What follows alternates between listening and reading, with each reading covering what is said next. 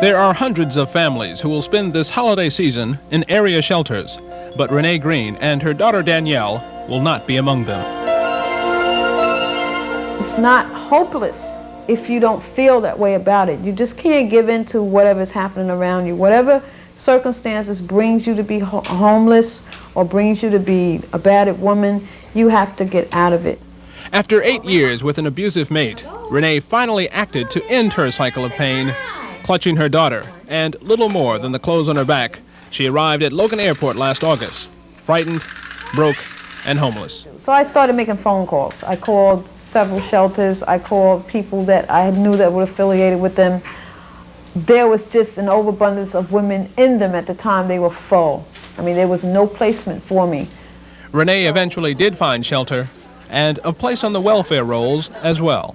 I didn't come in there with a misconception about what a shelter was. I knew that it was a place to stay for me and my child, and I had to work myself out of it.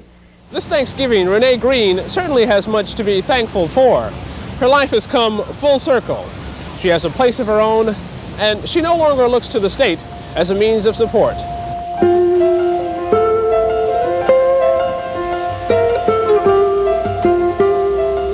Renee has been managing this store since the end of September. She worked here for a full month, commuting between the golden glimmer of Copley Place and the gray world of her transitional housing in Roxbury before she found a place of her own. It was leading a double life. It was like a schizophrenic type life. Here I am drudging to the shelter, and then in the daytime I come out and I'm working at Copley Place. I'm just a saleswoman that's managing a store in Copley Place, and nobody knows anything about me and what I've come from.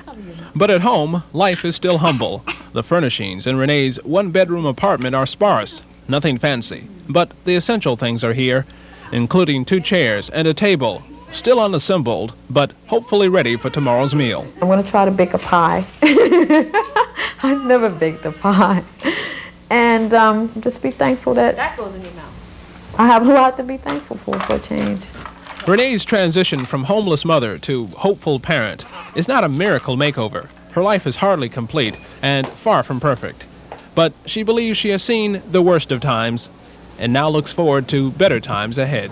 I call myself a mini success. I mean, it's on some people's scale, what I've accomplished is very minute, okay?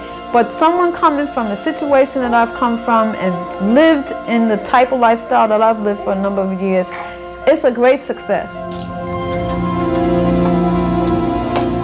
For the 10 o'clock news, I'm Marcus Jones.